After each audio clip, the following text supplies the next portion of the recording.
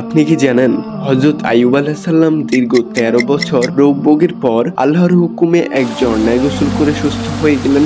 সে অনেক ধনী ছিল এবং ধন সম্পদে ছিল ভরপুর। তার ৭ জন ছেলে এবং ৭ জন মেয়ে ছিল। তারা সবাই ছাদের নিচে চাপা পড়ে মারা যায়। আল্লাহ তার ধৈর্য পরীক্ষা করতে তার ধন সম্পদ সন্তান কেড়ে নিলেন। তিনি দীর্ঘ ১৩ বছর ভয়াবহ রোগে ভুগলেন। তার শরীর ক্ষত বিক্ষত হয়ে গেল। লোকেরা তাকে ত্যাগ করলো, কিন্তু তিনি কখনো আল্লাহর প্রতি অভিযোগ করলেন না। তিনি দোয়া করতে থাকলেন। আল্লাহ তার দোয়া দীর্ঘ ১৩ বছর ধৈর্য ধরার পর কবুল করলেন এবং কবুল করার পরে আল্লাহ আইয়ুব আলাইহিস সালামকে বললেন, তোমার পা দিয়ে মাটিতে আঘাত করো। তিনি তা করতে একটি ঝর্ণা ফুটে উঠল।